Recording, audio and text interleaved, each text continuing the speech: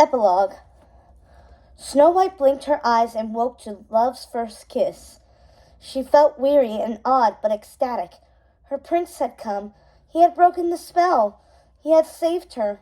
Perhaps the old crone's apple was truly magical after all, for Snow White's wishes had come true.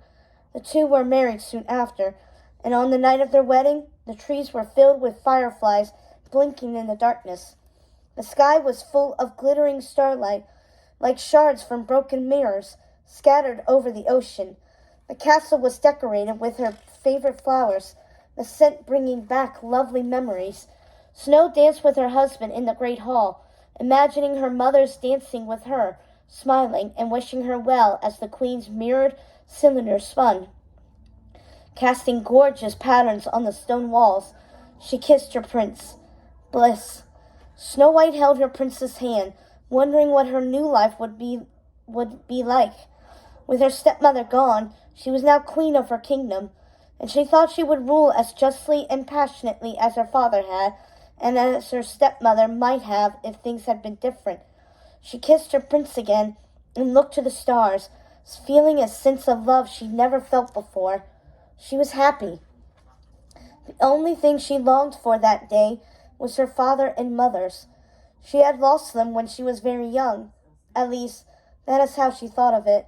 No one understood why she still loved the queen, but to Snow, her stepmother had died the day her father was killed, and up until the day the woman had been a guardian angel to her. Later that evening, alone in her chamber, after a long day of wedding festivities, Snow White noticed that her chambermaid had piled some of the wedding gifts next to her fireplace.